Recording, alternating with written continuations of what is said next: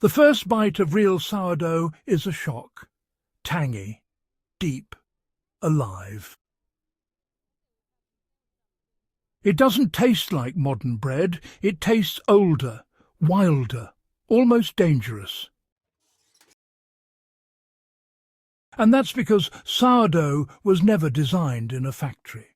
It was born in smoke-filled kitchens, on flour-dusted tables, shaped by hands that never owned a scale, never read a recipe, and never wasted a crumb.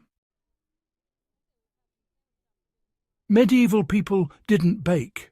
They practiced survival, and sourdough bread was one of their greatest living tools. Welcome back to Ancient Roots Uncovered, where we dig into the real skills that built the old world. Today, we're stepping into the medieval bakehouse to uncover how sourdough was made when, honestly, no one measured a thing. In the medieval world, bread wasn't something you ate with food. Bread was the food. For most people, especially peasants, bread supplied over half of their daily calories. Some historians estimate it reached as high as 70% in hard seasons. So, you see, sourdough wasn't just a hobby. It was breakfast, lunch, dinner, and honestly, a kind of insurance against starvation. Every household, well, they knew how to keep dough alive. Not because it was trendy or anything like that. It's just that losing your starter could actually mean hunger. Folks back then didn't talk about wild yeast. They talked about good dough and dead dough. One would rise and the other, well, it failed. And really, experience was the only teacher. Sourdough begins the same way it still does, you know. Flour meets water. That's it. Medieval millers ground grain between stones, producing wholemeal flour that was, well, rich in natural yeasts and bacteria. When this flour was mixed with water and left in a warm place, invisible life woke up. The bowl might be clay, or wood, or stone, never metal, which folks believed spoiled the dough. The mixture sat near the hearth, where warmth encouraged fermentation. Within days, bubbles formed.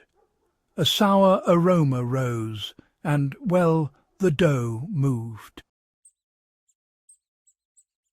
That was the sign.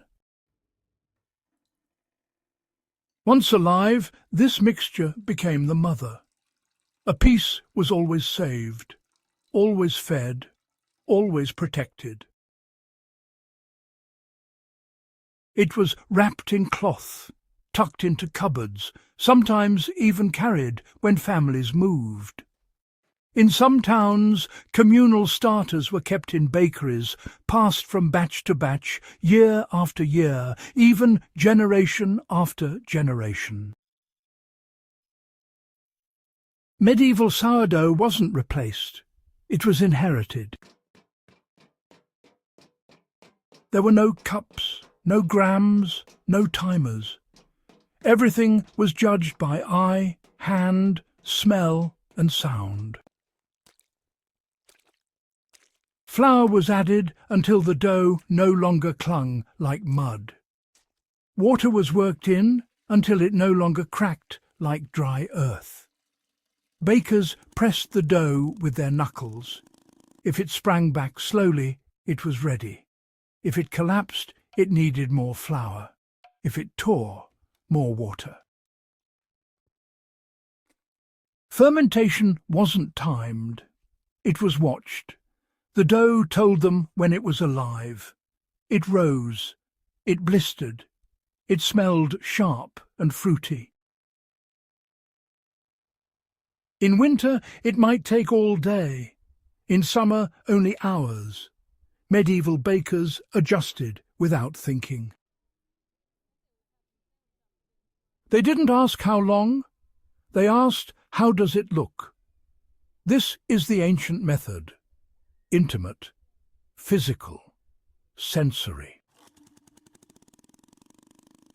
You didn't follow a recipe. You followed the dough. Sourdough wasn't just easier, it was safer. The long fermentation broke down hard-to-digest compounds in grain. It made nutrients, more available. It reduced spoilage, and it improved shelf life. In a time before preservatives, sourness was protection. Well-fermented bread could last for days or even weeks. Hard loaves were dried into trenchers. Thick slices were used as plates. After meals, they were eaten or sometimes given to the poor. Sourdough was, medieval refrigeration. It also allowed bakers to work with low-quality flour, bran-heavy, stone-ground, sometimes mixed with barley, rye or oats. Sourdough fermentation softened harsh grains, producing bread that filled the stomach and fueled the body. This wasn't bakery bread, this was working bread. Kneading was done on thick wooden boards dusted with flour. The movement was simple. Fold, press, turn, push with the heel of the hand. Repeat, not for minutes, but for feel. Dough was considered ready when it no longer tore, when it smoothed under the palms, when it breathed. Some doughs were barely kneaded at all, especially rye-based breads, which behaved more like paste than elastic dough. These were mixed, rested, shaped and baked without chasing stretch. Again, the hands decided.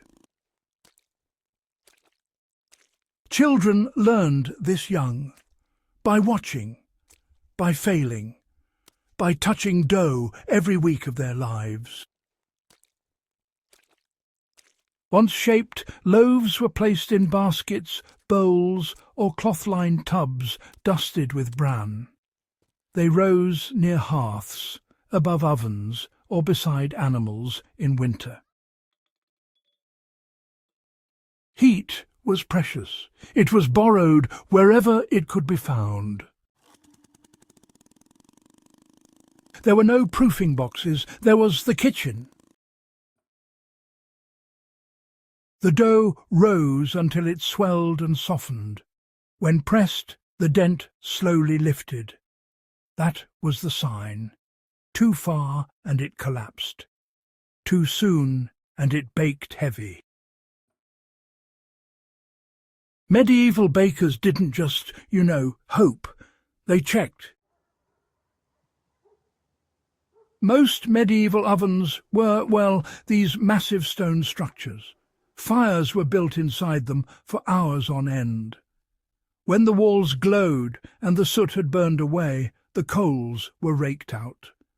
The floor was swept and sometimes even wiped with wet cloths tied to sticks. Only then was bread loaded in. Loaves were slid in on wooden peels. The door was sealed shut. Heat stored in the stone baked the bread from all sides. No flames, just, trapped fire. Smaller households baked in clay ovens or sometimes in communal village ovens. Some folks even baked under domed lids buried deep in glowing embers. However it was done, baking day was an event, a cycle, a ritual. And, oh, the smell of sourdough filled entire streets.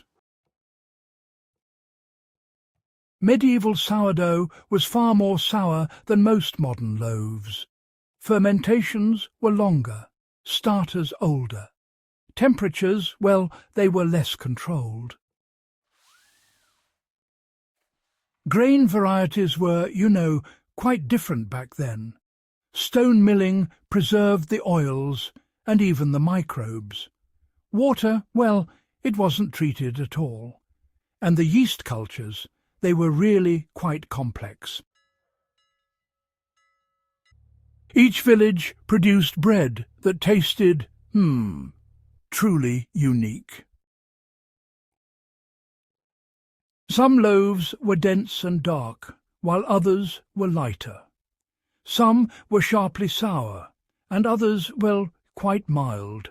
But all of them carried the unmistakable signature of place, season, and household. Bread was identity. Medieval sourdough teaches something powerful. You don't control fermentation, you cooperate with it. They didn't force bread to rise, they created conditions and waited. Warmth, flour, water, time. And by surrendering to that process, they created food that sustained empires, armies, monasteries and farms for over 1,000 years. No apps, no scales, no instructions, just hands, heat, and living dough. If this deep dive into ancient foodcraft lit something in you, don't keep it to yourself. Subscribe to Ancient Roots Uncovered. Share this with someone who loves real history and help us keep these old skills alive. Because the past isn't dead. It's waiting to be remembered.